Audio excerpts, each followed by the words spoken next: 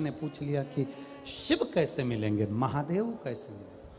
मरुतो ने कहा कि उनका मिलना इतना सरल नहीं है, पर पार्थिव शिवलिंग का निर्माण अगर आप कर रही हो, पार्थिव शिवलिंग का निर्माण यदि आप कर रही हो तो उससे आपको फल की प्राप्ति हो जाएगी, फल मिलेगा, जरूर मिलेगा, ऐसा नहीं कि नहीं मिलेगा।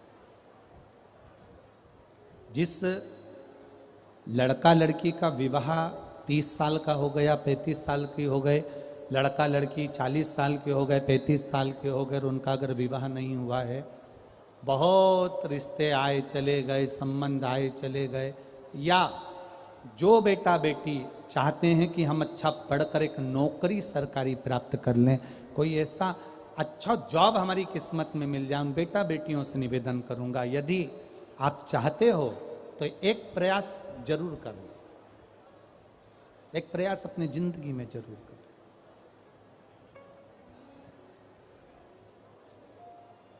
शिवलिंग समझ लेना जरा अच्छे से, शिवलिंग जलाधारी गणेश, कार्तिकेय, अशोक सुंदरी, और ये शिवलिंग, और ऊपर भगवान शिव की 5 बेटियां, जया, विषहरा, शामलीवारी, दौतली, देव। 3 प्रदोष या 3 शिवरात्रि। कितनी प्रदोष? 3 या 3 शिवरात्रि। मेरा बेटा बेटियों से निवेदन है, जो अच्छी पढ़ाई कर रहे हैं, मेहनत करो, अच्छा पढ़ो, और मेहनत के साथ में जब कंपटीशन एग्जाम में बैठने का समय आए, 3 स्थान जहां पर आपको, प्रथम अशोक सुंदरी, अशोक सुंदरी की जगह पर जब आप बेलपत्र समर्पित करेंगे तो डंडी का मुख जहां से पानी बहता है उस स्थान पर रखेंगे। दूसरा, शमी का पत्ता, शमी का पत्ता। दूसरा, शमी के पत्र को देवादिदेव महादेव पर जब आप समर्पित करेंगे तो उसका डंडी का मुख भी जहां से जल बहता है उस ओर रखेंगे। और तीसरे नंबर पर है आंख का पुष्प। एक पुष्प होता है आंख का सफेद, और एक पुष्प होता है हल्का सा नीला। करें दर्शन आप लोगों ने? जम के तो बोलो जरा, करें ना?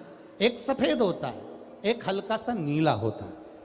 सफेद आंख का जो पुष्प होता है वो केवल देवादिदेव महादेव का एक स्वरूप होता है, और हल्का सा जिसमें गुलाबीपन, नीलापन होता है वो शिव, पार्वती, गणेश, कार्तिकेय, अशोक सुंदरी, जया, विषहरा, सामरीवारी, दौतली, देव और शिव जी के जितने गण हैं उन सबका प्रतीक होता है।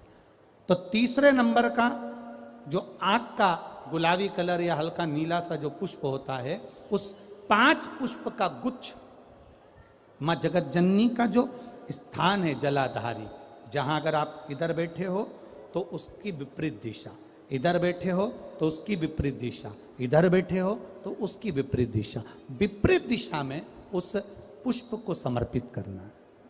अच्छी पढ़ाई करो, अच्छी मेहनत करो, और मेहनत के साथ में जब कंपटीशन एग्जाम के लिए जा रहे हो, उस जगह पर सीए की पढ़ाई भी कर रहे हो, चाहे किसी भी पढ़ाई में लगे हो, मेहनत के साथ में बाबा देवादिदेव महादेव को 3 प्रदोष या 3 शिवरात्रि आप दिल से बाबा को समर्पित कर कर, बाबा से प्रार्थना कर कर, अशोक सुंदरी पर चढ़ाई हुई बेलपत्र को वापिस लेकर आइए। जिस विद्या स्थल पर आप पढ़ाई करते हो, जिस कमरे में आप रहते हो, वहां उस बेलपत्र को 3 प्रदोष की या 3 शिवरात्रि की बेलपत्र रखिए। जिस समय बाबा आपकी नौकरी लगा दे, ये 3 बेलपत्र एक साथ किसी भी प्रदोष पर शिव जी को समर्पित करिए। ये शिव तत्व की। आप मेहनत करें, खूब मेहनत करें, कंपटीशन एग्जाम के लिए जितनी कोचिंग कर सकते करो, मेहनत करना उतना करो, जितना करते हो उससे 4 गुना ज्यादा करो, और उसके साथ में देवादिदेव महादेव से प्रार्थना, तेरा ही दिया मैंने खाया पिया है, तेरा शुक्रिया है, तेरा शुक्रिया है। अब जिनका मंगल विवाह नहीं हो रहा, 30 साल हो गए, 35 साल हो गए, 40 साल हो गए, उनके लिए भी वर्णन आता है।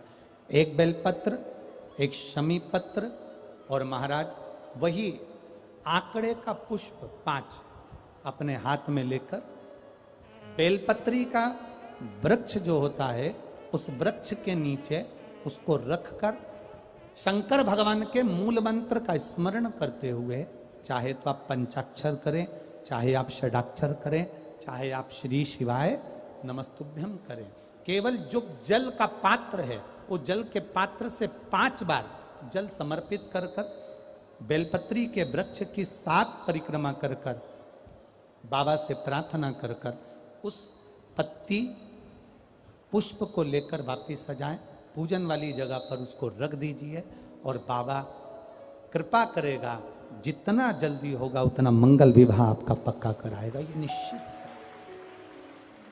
बेलपत्र का पूजन, कहीं दूर जाने की जरूरत नहीं है हमको भगवान को पाने के लिए। तुम्हारे घर के पास में जो शिवालय हो, तुम्हारे घर के पास में जो देवालय हो, हम वहां भगवान की आराधना करें, हम वहां आराधना। अब मन तो तुम्हारा करता है मैं केदारनाथ चले जाऊं, मन तुम्हारा करता है मैं अमरनाथ चले जाऊं, और मालूम पड़े घर के पास में शंकर जी का मंदिर, कभी दर्शन करने नहीं गया और क्या क्या केदारनाथ चले जाऊं। शंकर भगवान मन में सोचे हाँ मत जाना। जब पास में शिवालय है, पास में देवालय है, तो तू प्रणाम करने नहीं आ रहा, कहां वहां आ रहा है? अरे बाबा शिव कथा कह रही है, हमारा भगवान शंकर का भजन स्मरण कर रहा है। अरे धीमा बजाओ भोलानाथ डमरू, धीमा बजाओ।